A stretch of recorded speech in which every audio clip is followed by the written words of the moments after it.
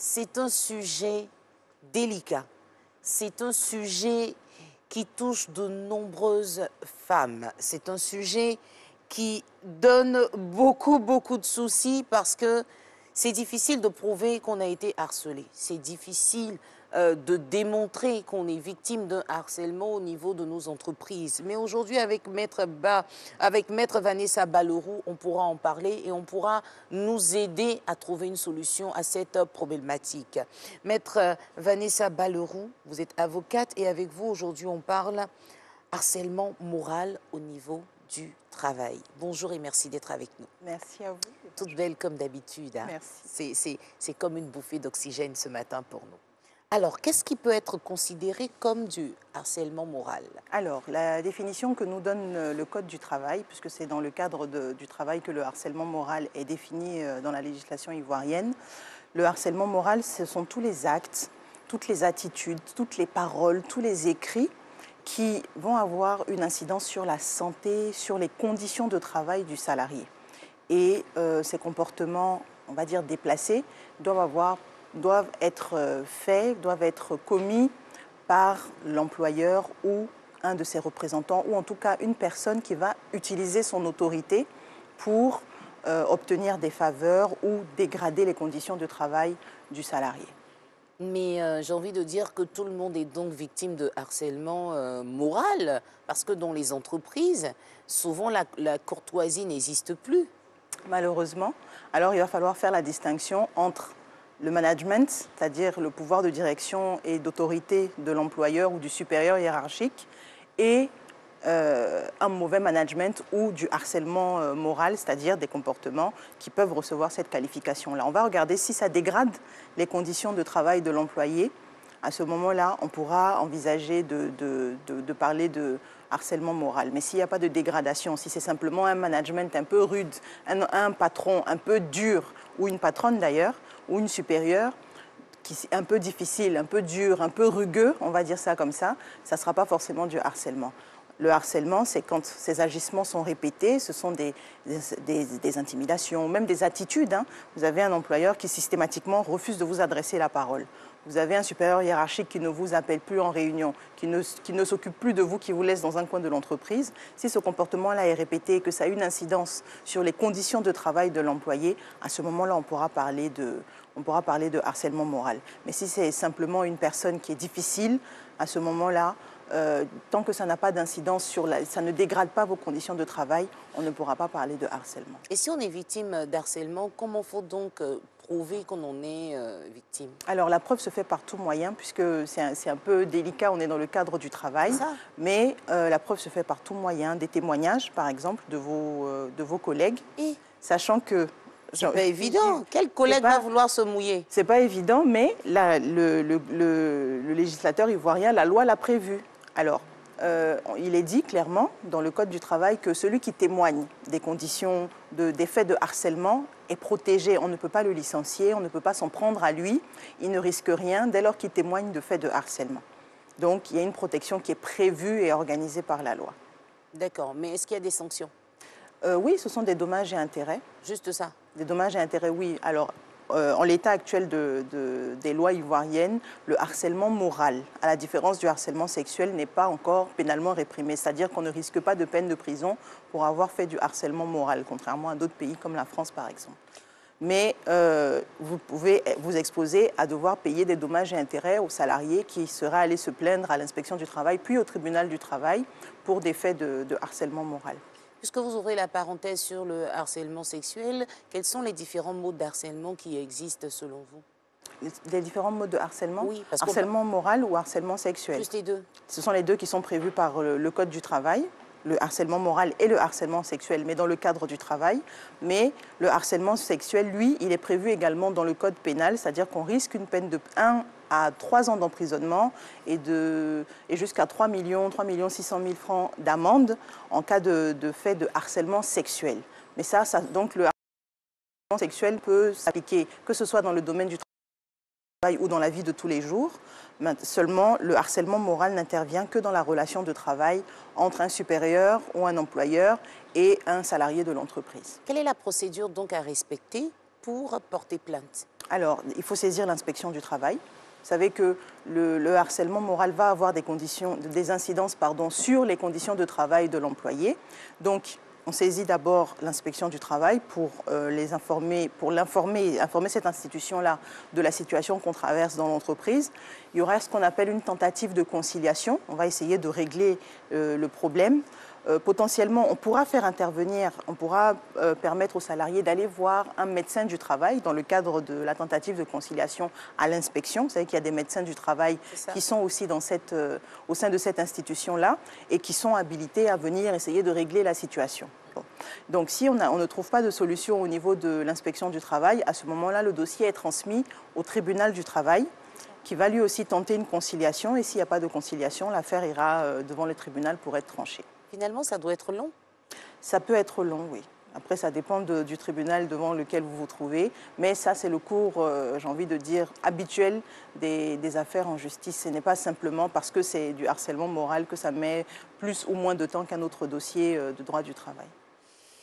Harcèlement moral au niveau du travail. Comme je l'ai dit, c'est un sujet délicat. Et pour le prouver, tout à l'heure, vous étiez en train de dire par tout moyen. Est-ce qu'aujourd'hui, on n'a pas forcément le droit d'enregistrer? On n'a pas aussi la possibilité d'être rassuré du témoignage de nos collègues. Donc, il y a des personnes qui souhaitent, enfin, qui préfèrent ne rien dire et subir.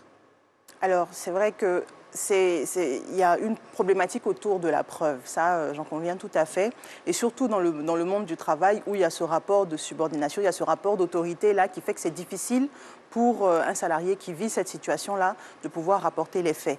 Mais après, ça peut se déduire même d'une situation objective, hein, sans que vous n'ayez à collecter la preuve, sans que vous n'ayez à enregistrer, ou vous avez des écrits. Si vous avez un employeur qui vous envoie des messages ou des mails extrêmement désagréables, vous avez ces mails-là, vous avez la possibilité de les imprimer, généralement, ça ne se fait pas par écrit. Généralement. Mais, par exemple, vous avez la Cour d'appel d'Abidjan a déjà jugé une affaire où la salariée avait reçu plusieurs demandes d'explication. Son employeur lui envoyait des demandes d'explication intempestives comme ça, plusieurs à la suite, sur les mêmes faits. À chaque fois, elle répond, on lui repose les mêmes questions, elle répond de nouveau, on lui repose encore les mêmes questions. Et bien la Cour d'appel d'Abidjan a jugé que le fait de multiplier les demandes d'explication là rentrait dans le cadre d'un harcèlement moral et elle a eu des dommages et intérêts qui lui ont été alloués, sachant que, en première instance, le tribunal avait estimé qu'il n'y avait pas de harcèlement moral. Mais et si finalement on tombe sur un employeur qui a les moyens de payer à chaque fois les dommages et intérêts? Parce que je veux dire, je suis accusée d'être un harceleur ou une harceleuse, est-ce que ça se dit? Et à chaque fois j'ai les moyens de m'en sortir. Il n'y a pas de sanction même qui s'établissent au-delà des dommages à payer? Mais je suis tout à fait d'accord avec vous, c'est regrettable parce que dans la mesure où l'entreprise a la personnalité juridique, l'employeur a la personnalité juridique, on peut même imaginer que ce ne soit même pas votre supérieur hiérarchique qui soit mis en cause directement, ce soit simplement l'entreprise qui soit condamnée à vous verser des dommages et intérêts parce que le contrat aurait été rompu dans des conditions difficiles ou que, voilà. Donc, dans ces cas-là, moi, je pense qu'il serait bien qu'on fasse évoluer la législation et que le harcèlement moral puisse rentrer aussi dans le cadre des infractions, des délits, pour être puni pénalement. Peut-être qu'à ce moment-là, ça ferait réfléchir un certain nombre de personnes. Parce qu'il y a des gens qui ont été après victimes de blackout, tout ça? Exactement. Donc, il y a une vraie problématique, effectivement, autour de la question de l'évolution de carrière après un départ d'une entreprise après avoir dénoncé des faits de harcèlement moral. Donc, c'est vrai qu'il y a un équilibre à trouver. C'est difficile à prouver. C'est difficile de dénoncer ce type de fait-là, mais il ne faut pas manquer de le faire parce que souvent, une personne qui harcèle ne vous harcèle pas que vous. Il y a plusieurs personnes qui sont dans ce cas-là, mais si vous n'en parlez pas, vous ne saurez pas qu'il y a potentiellement d'autres personnes qui en sont victimes. Donc, il faut dénoncer. Il ne faut pas hésiter à le faire. C'est bon pour vous sur le moment, mais ça sera bon pour d'autres personnes qui pourront en bénéficier aussi. Et puis, au niveau des entreprises, je voudrais signaler qu'il y a des obligations en matière de préservation de la sécurité des salariés, mais aussi de la santé. Donc, il ne faut pas mettre ça de côté en se disant c'est ce manager-là ou ce chef-là ou ce chef de service-là qui est qui est compliqué, on va le laisser comme ça sur le bord du chemin. Non, vous, en tant qu'employeur, en tant que dirigeant de l'entreprise, vous avez des obligations envers vos salariés. Il ne faut pas laisser ce genre de situation-là perdurer. Il ne faut pas laisser ce genre de situation-là continuer parce que ça cause des soucis de santé, tout simplement. Ça dégrade les conditions de travail, mais la dégradation des conditions de travail va avoir une incidence aussi sur la santé du salarié qui va être stressé, qui peut avoir mal au dos, qui peut développer plein de pathologies parce que son esprit n'est pas tranquille quand il vient au travail et qui subit les agissements de son supérieur ou de son employeur. Mais là, on parle de harcèlement moral de la part de l'employeur, mais il y a aussi des employés qui... Alors, en l'état de notre législation, il ne peut pas y avoir de harcèlement d'un employé vers son employeur ou son supérieur. Il faut un lien de subordination, c'est-à-dire qu'il faut que la personne qui commet le harcèlement profite de sa situation d'autorité sur l'employé pour le faire. Or, dans les liens de travail, il n'y a pas d'autorité de l'employé sur son employeur, en principe. Donc, dans ces cas-là, mais il ne faut pas imaginer que ça reste comme ça sans sanction. Hein. Bon. Voilà. Alors, on va examiner différentes possibilités. Vous pouvez avoir un employé, par exemple, qui a une information sur son employeur ou son supérieur et qui en profite pour lui demander des avantages. C'est ça. On va lui dire, attention, donnez-moi ceci parce que sinon je dénonce ou sinon je ferai savoir que, etc. Alors, on peut aller sur une autre qualification qui s'appelle la tentative ou l'extorsion, hein, de fonds, par exemple, ou demander un avantage financier en contrepartie de votre silence, etc. Mais de manière générale, on peut même imaginer d'aller sur une autre incrimination qui s'appelle la voie de fait, c'est-à-dire le fait d'infliger des violences à quelqu'un qui ne sont pas physiques, mais qui sont de nature à impressionner la personne. Mais on ne pourra pas aller sur la qualification de harcèlement moral, déjà parce qu'elle n'existe pas en matière pénale, et aussi parce que dans le cadre du travail, la définition qui nous est donnée inclut le fait qu'il y ait l'exercice d'une autorité du harceleur sur la personne harcelée. On va prendre aussi l'exemple de ces employés. On l'a dit à l'entame de cette émission, une femme sage bâtit sa maison, mais l'insensé la détruit et la renverse de ses mains. Pendant qu'on parle de droits de la femme, il y a des femmes, malheureusement, qui harcèlent en entreprise leurs différents employeurs. Dans ce cas-là, quel est le terme approprié? Puisqu'on ne peut pas parler de harcèlement, puisqu'elle n'exerce pas d'autorité sur l'employeur. Donc... Bien, alors, dans ce cas-là, ça rentre... Parce que ça commence par le harcèlement moral avant d'arriver comment je dis ça, au harcèlement sexuel. Bon, alors, je pense qu'on est en train de compliquer un peu la compréhension des choses par nos téléspectateurs. Oui, mais parce qu'il y a des situations très compliquées qui se présentent. Si vous avez une employée qui a un comportement qui est intolérable dans le cadre de l'entreprise, vous lui faites une demande d'explication et puis vous pouvez même aller jusqu'à la rupture de son contrat de travail pour insubordination. C'est-à-dire qu'elle ne vous écoute pas, elle fait ce qu'elle a envie de faire parce qu'elle estime qu'elle a un avantage ou un autre ou qu'elle bénéficie de protection, on va dire ça comme ça. Mais vous, le supérieur hiérarchique ou vous, l'employeur, vous avez le droit de convoquer cette personne-là, de lui faire une demande d'explication. Elle a 72 heures pour répondre et elle devra vous répondre sur les faits d'insubordination.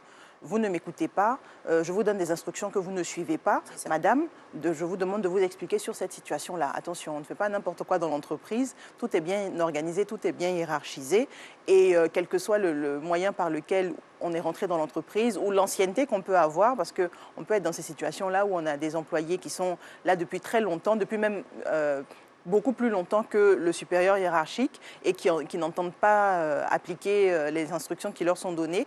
Attention aux demandes d'explication pour insubordination, voire au licenciement pour insubordination. Tout cela pour dire, peu importe la situation que nous traversons, même si on la pense très complexe, il faut simplement nous rapprocher d'un avocat qui pourra nous dire le terme exact, la procédure exacte à respecter afin de pouvoir travailler librement dans les meilleures conditions morales en entreprise. Et pour retrouver l'ordre des avocats, on passe par quel moyen? Alors, vous pouvez retrouver l'ordre des avocats déjà sur Internet. Il Il y a un site internet avec toutes les informations, mais surtout la maison de l'avocat se trouve aux 2 plateaux, juste derrière l'ENA à Abidjan. Et puis dans les différentes juridictions à Abidjan, vous avez des salles des avocats. Il ne faut pas hésiter à se rapprocher de ces différentes salles des avocats au plateau, à Yopougon ou au tribunal de commerce et à la cour d'appel de commerce. Merci maître pour votre présence sur ce plateau. Merci moi. pour ce thème qui, nous sommes sûrs, a fait beaucoup de bien à certaines personnes qui se disent ce n'est pas possible d'en sortir. Et oui, il y a une solution. Il faut juste contacter les différents avocats, exposer votre problème et une solution heureuse sera trouvée.